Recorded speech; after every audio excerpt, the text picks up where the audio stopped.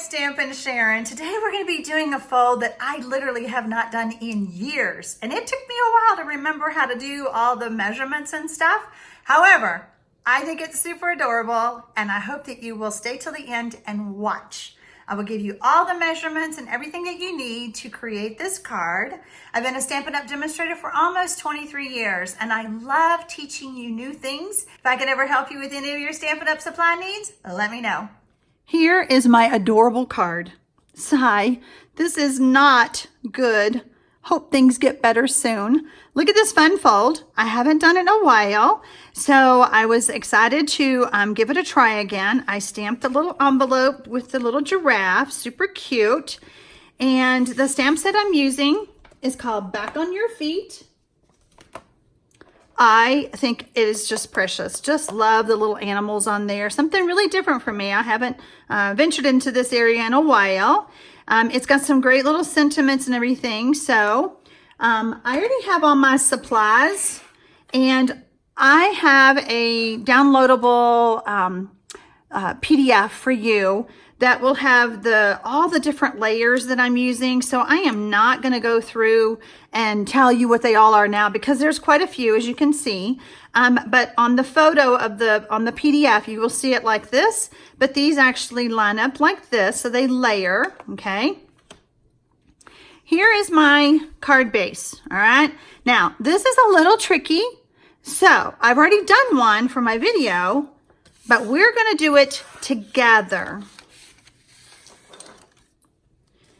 And I will have a prettier version of what I scored, what I cut, and all of the measurements. The main thing that you're gonna forget, or at least I did, is that this paper is not 4 1/4 by 11. You're gonna make it 4 1/4 by 10, okay? You're gonna cut off 1 inch. If you don't, it won't fold right. Ask me how I know that one, okay? All right, so we will have that in that instruction document for you. So I have my, let me move this up a little bit so you can see. I have my crumb cake, and I'm gonna pull this out. It measures 4 1/4 by 10, okay? That's the key. That's the hardest part of the whole card, I promise, all right? So I am using the old trimmer. You could use any paper trimmer you need or that you have. I know that on my trimmer, it goes to 1 1/4 inches. So I'm gonna slide this over to 1 1/4. I have my cutting blade in here, and I'm actually going to put it at the 2 1/2 inch mark, and I'm going to cut up to 7. Now, if you don't have a paper trimmer, back in the olden days when I used to make this card, we used an X-Acto knife. So there's ways to cut that slit in your cardstock. All right, so I started my scoring at 2 1/2 inches, remember? I am simply going to pivot this paper, okay? I'm not gonna flip it over. I'm not gonna do anything. Actually, I take that back. I do wanna flip it this way so that I can see this line closer to me. I'm telling you, writing the instructions was tough. So I'm like, oh, I gotta make a video. All right, so my edge of my paper is at 7 1/2 inches, okay? 7 1/2, all right? So I'm gonna take the scorer blade or my bone folder, whichever one, and I'm only gonna score to the line, okay? Give that a good score. So I stopped at the line. Oh, I hope y'all can see that in the camera. All right, so I have stopped at the line. Then I'm gonna move the paper over to 5 1/4, okay? And then I'm gonna score from top to bottom, all the way down, all right? Now this little line where it ends, I'm gonna slide my paper once again to 3 inches, and I'm only gonna score up to the cut line.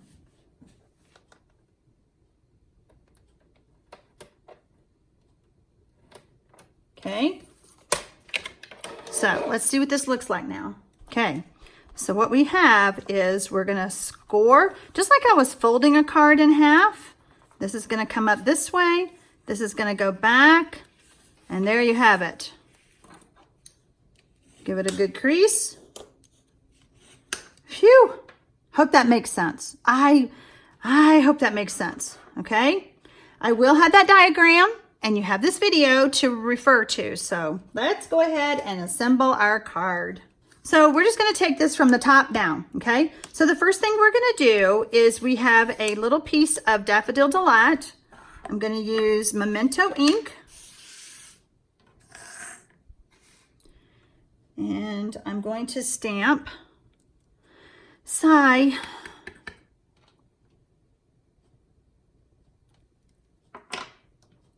This is not good.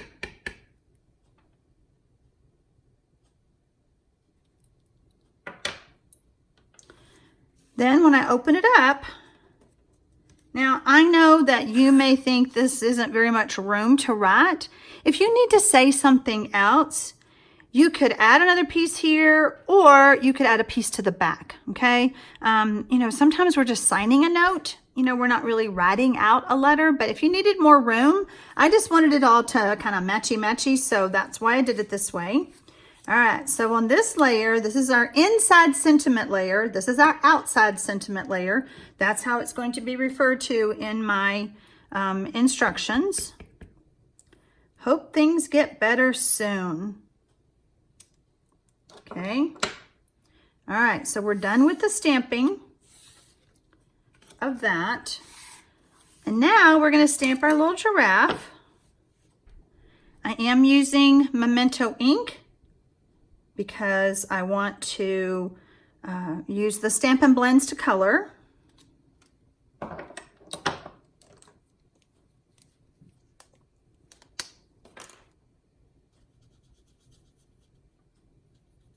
Using Daffodil Delight.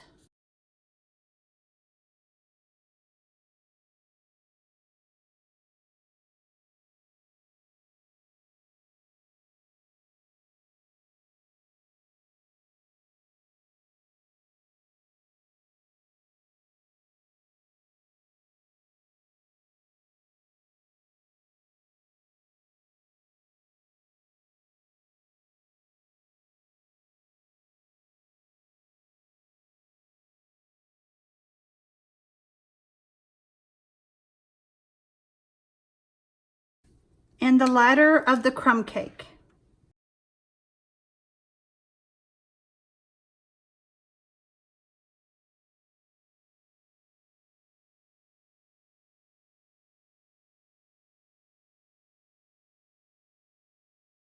And a little grainy apple green at the bottom.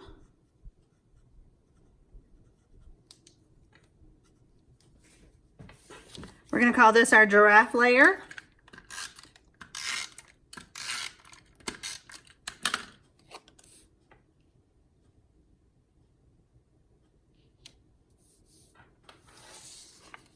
That's going to go on our front panel.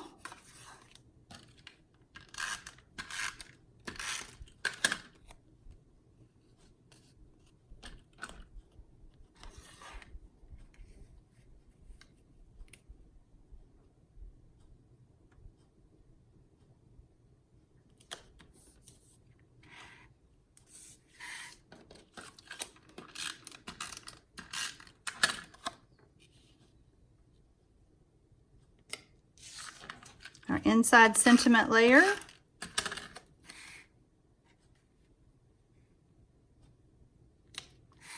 And our mosaic designer series paper will go on the Whisper White layer. And then we're going to mount it on Daffodil Delight.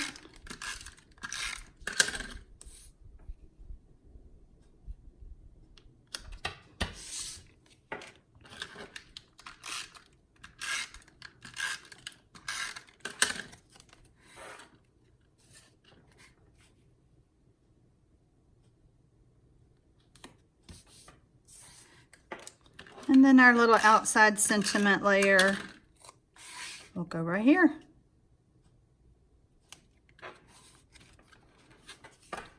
I hope you love it. I think it's adorable. I sure hope y'all think that card is adorable because I do.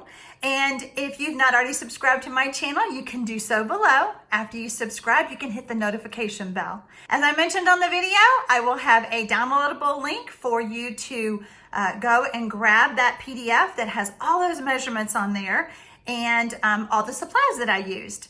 You can find that link in the description box below. Happy stamping, y'all!